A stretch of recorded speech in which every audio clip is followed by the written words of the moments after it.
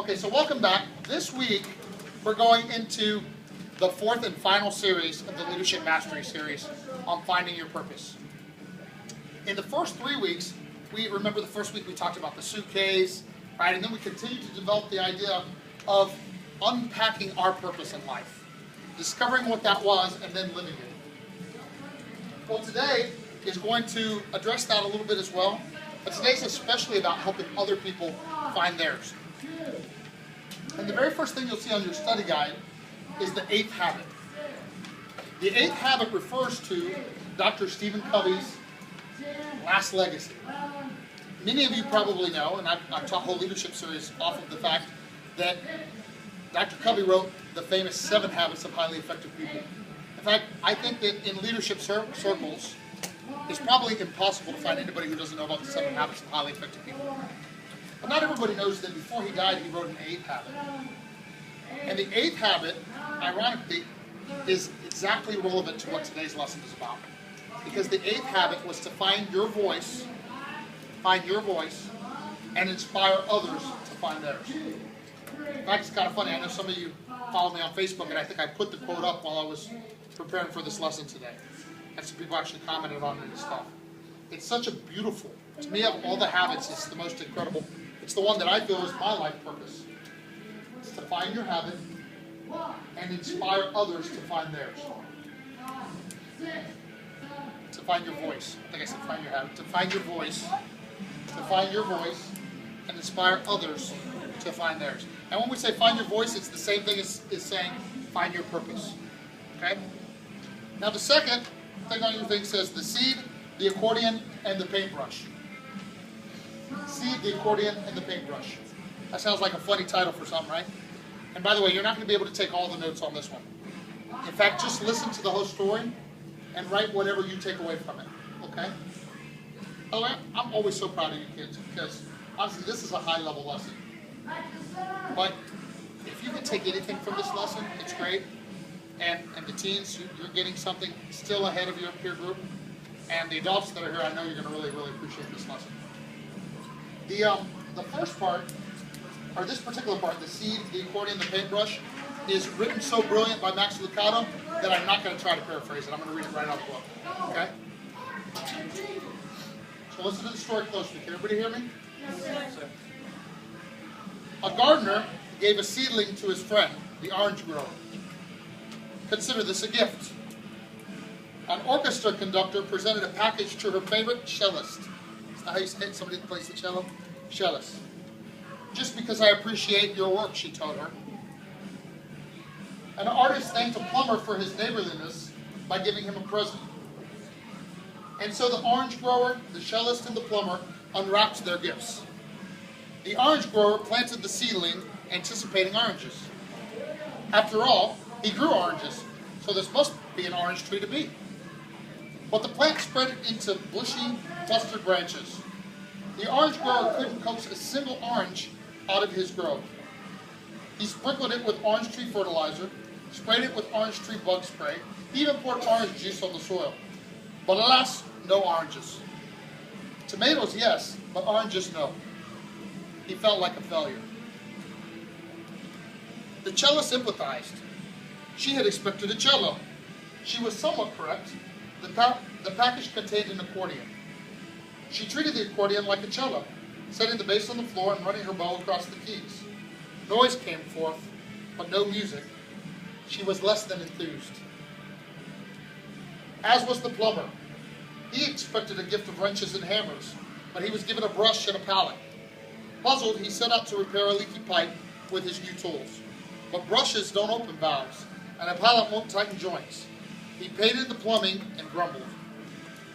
The orange grower raised tomatoes, but preferred oranges. The cellist made sounds, but not music. The plumber painted the pipe, but didn't fix it.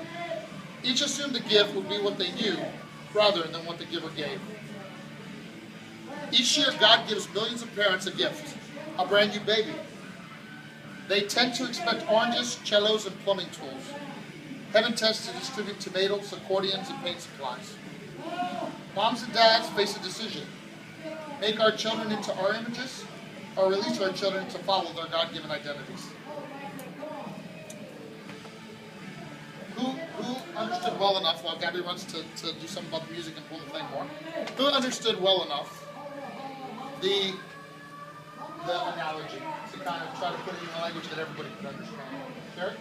At the end, for me, sort of summed it up to say follow your calling, sort of. For your children to follow their calling, for adults. Okay, good. Diego?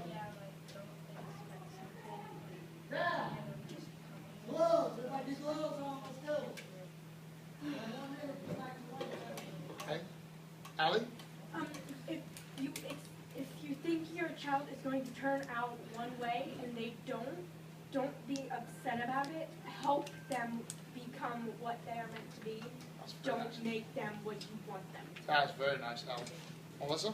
If you expect something to happen and it doesn't go your way, you need to find a way to work with it so you can make the best of that situation, or in that fact, the best of the child. It's awesome. You were even applying it to any situation. Very neat. Very neat. Do any of the adults want to say anything? I think they summed it up pretty well. What's that? I think the kids summed it up pretty well. They do. They're pretty brilliant kids, I must admit. Actually, if you want to do it too, just a summary of the story if you understood the analogy of the story. Like, don't try and change anything. Okay. Good. I like all of those answers. And I got to tell you, when I read this the first time, I specifically started thinking about how maybe I had in my mind specific visions of what my kids would grow up to be. And this spoke to me in a way that that's not my place. My place is to unpack and discover who they're meant to be. Of course, I'd love it if my kids grew up to be Shihans.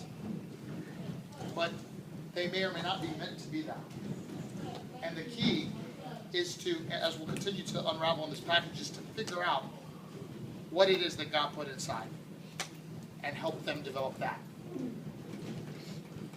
The number 3 says the way, and it's specifically to address the meaning of that word, because many of us often quote a proverb. Many of my Christian and Jewish friends quote the same proverb, which is, "Raise up a child in the way he should go, and when he is old, he will not depart from it." Right? Proverbs 22:6. But what today's lesson, what we're going to do is look at the meaning of that a little bit. Like for most of us, we thought it meant, show them the right way. Show them how they're supposed to be. Make sure, right? But the interesting thing is that the meaning of the word way, or the specific word, Hebrew word for way, used in this proverb, isn't that way. In fact, it's the same one used in another proverb that says, "There are 3 things which are too wonderful for me, 4 which I do not understand. The way of an eagle in the sky, the way of a serpent on a rock, the way of a ship in the middle of the sea, and the way of a man with a maid." Why, the word why in the Hebrew here, refers to a unique capacity or characteristic. Rather it be that of an eagle, a serpent, a ship, or a person. If you raise your child in the way he should go, you attune yourself to the child's inherent characteristics and inborn distinctives. So in other words, well, the way is talking about the uniqueness of the child, not some objective way. Listen, I know this is hard, but some people in here are getting this good stuff, right? Good.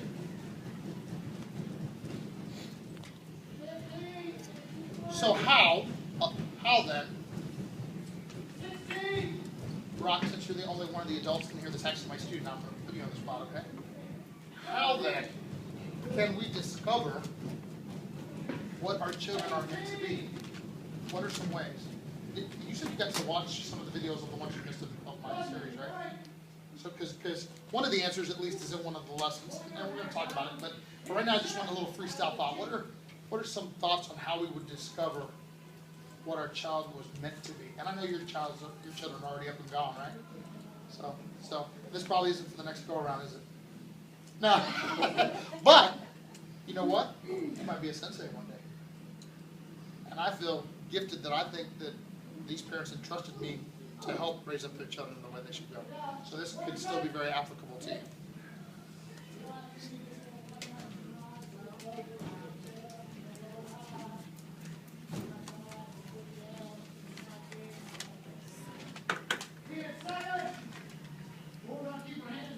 I believe observation of the child, Observation. exposing them to different situations and cultures. That's great. She said observation of the child, exposing them to different situations. And do you guys remember, in fact, I know you do because Ali said at the beginning when she said story. Do you remember where we talked about the story? I think in week 3, maybe. Week 2 or week 3, we talked about the story. It's on your notes again here. Who remembers what the S stands for? Strengths. Strengths. Strengths. What are the children good at? And I'll give you an example. I mean, like obviously my children are all good at martial arts, but on the other hand, yesterday, Harley calls me in the bedroom to play some piano thing that he learned off of YouTube. It's not like, wow, obviously I need to get him some piano lessons. Alright?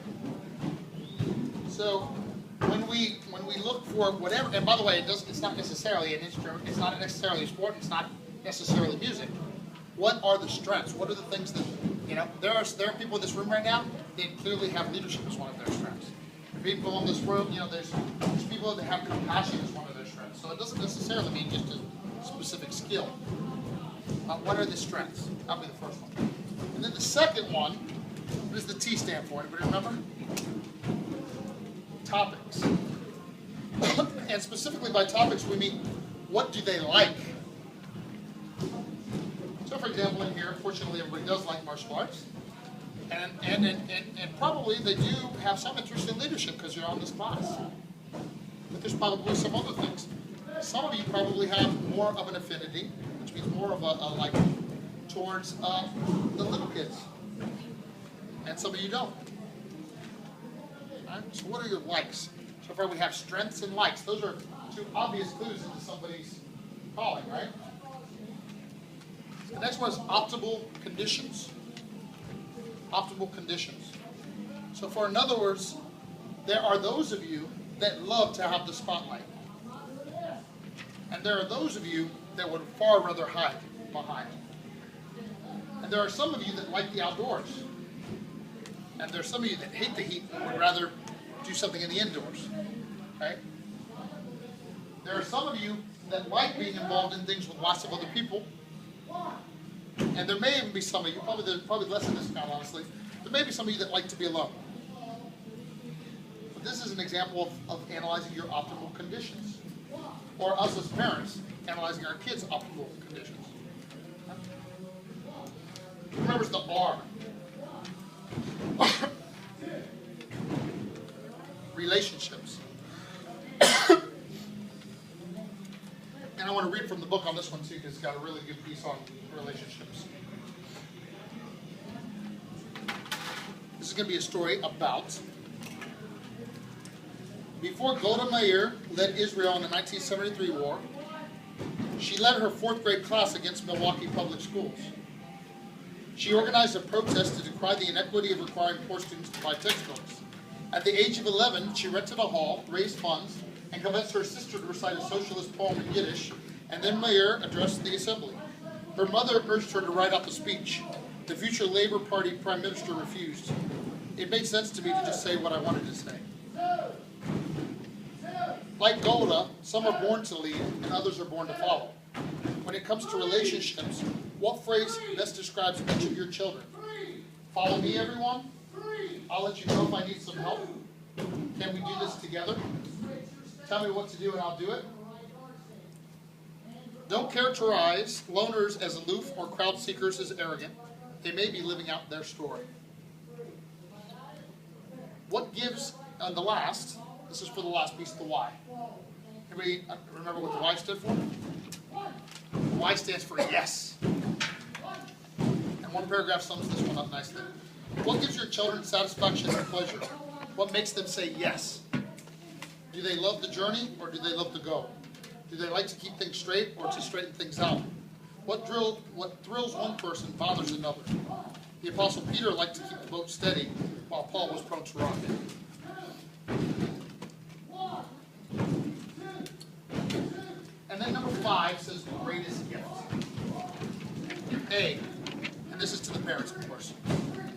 The greatest gift we can give our children is not our own riches, but revealing to them theirs.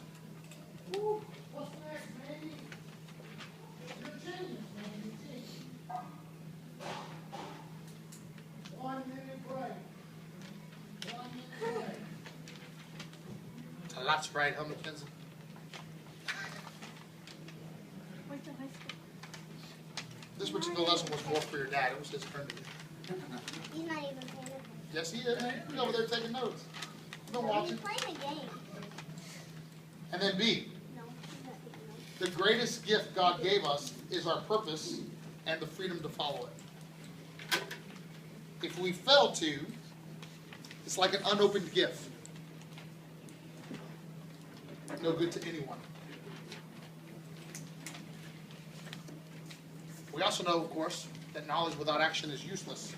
So it's our own responsibility to go out and discover what our calling is, to live it, and then to help others find theirs and live theirs.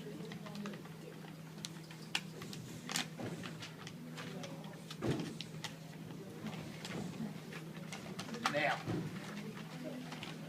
let's see which one of you guys can summarize this. I want you to speak loud so the videotape can get it because you're always really, really smart. What is one of the most important reasons why we should discover and live our purpose? Allie? So that we can be happy and so that we can be what we are meant to be. Okay, those are good answers. Definitely good answers. And in fact, those were the best answers on the surface. Now I'm trying to pull out one other reason. Melissa? You don't want to waste your calling because like 1 million starts with one. You can start to help change the world or change whatever you want to do, and whatever you do, you can.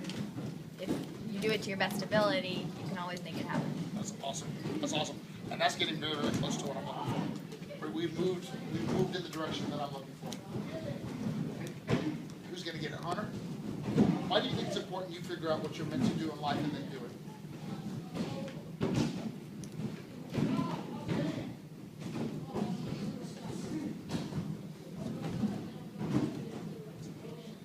Why do you think it's important that you figure out what you're meant to do in life and then do it? Anybody can answer. I just happened to pick Hunter there for a second. So you get what? Okay. Jared, you got any ideas? Why is it important that you discover what your purpose is? So you can I say in the following good example, sir? If when you were little you didn't think of your purpose as teaching other people martial arts, all these amazing people and all these amazing gods, but some of them might not have become the people they are, and other people might not have gotten the same training and spent saving lives. Someone got the refugees I talked about. Wow. Thank you. Thank you. And ironically, that is towards what I'm fishing for. Yes, Gabby. Find your purpose early. You don't waste your life doing something that you don't Also true. I hope that they can hear. I hope I hope the video camera can hear what they're saying. It's good stuff. The most important reason, because of course it's important that for ourselves we learn what our purpose is in living. But the most important reason, Harlan?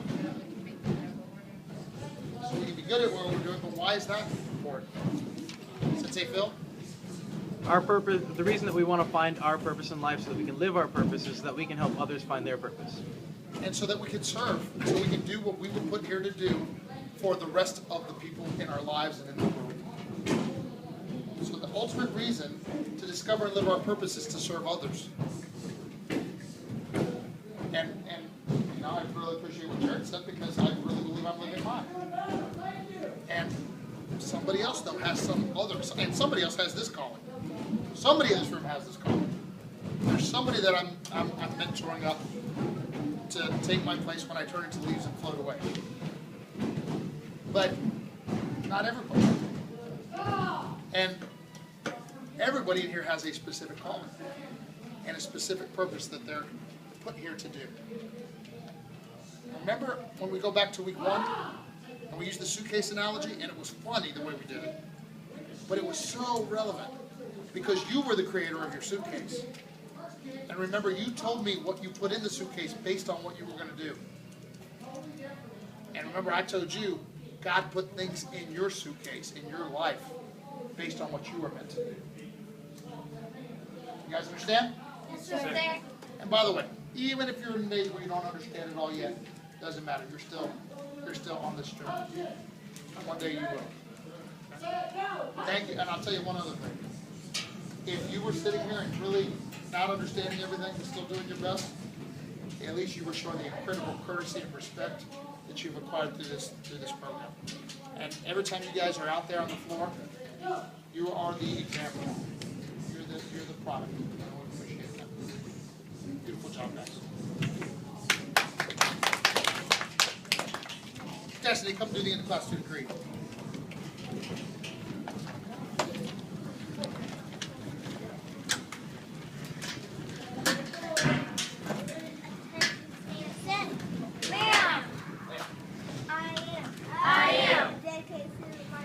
Dedicated to the martial arts. And I live by the principles of black belt. Courtesy, honesty, integrity, perseverance, self-control, and the indomitable spirit. Black belt school, ma'am. Black belt excellence, ma'am. Yes, I can.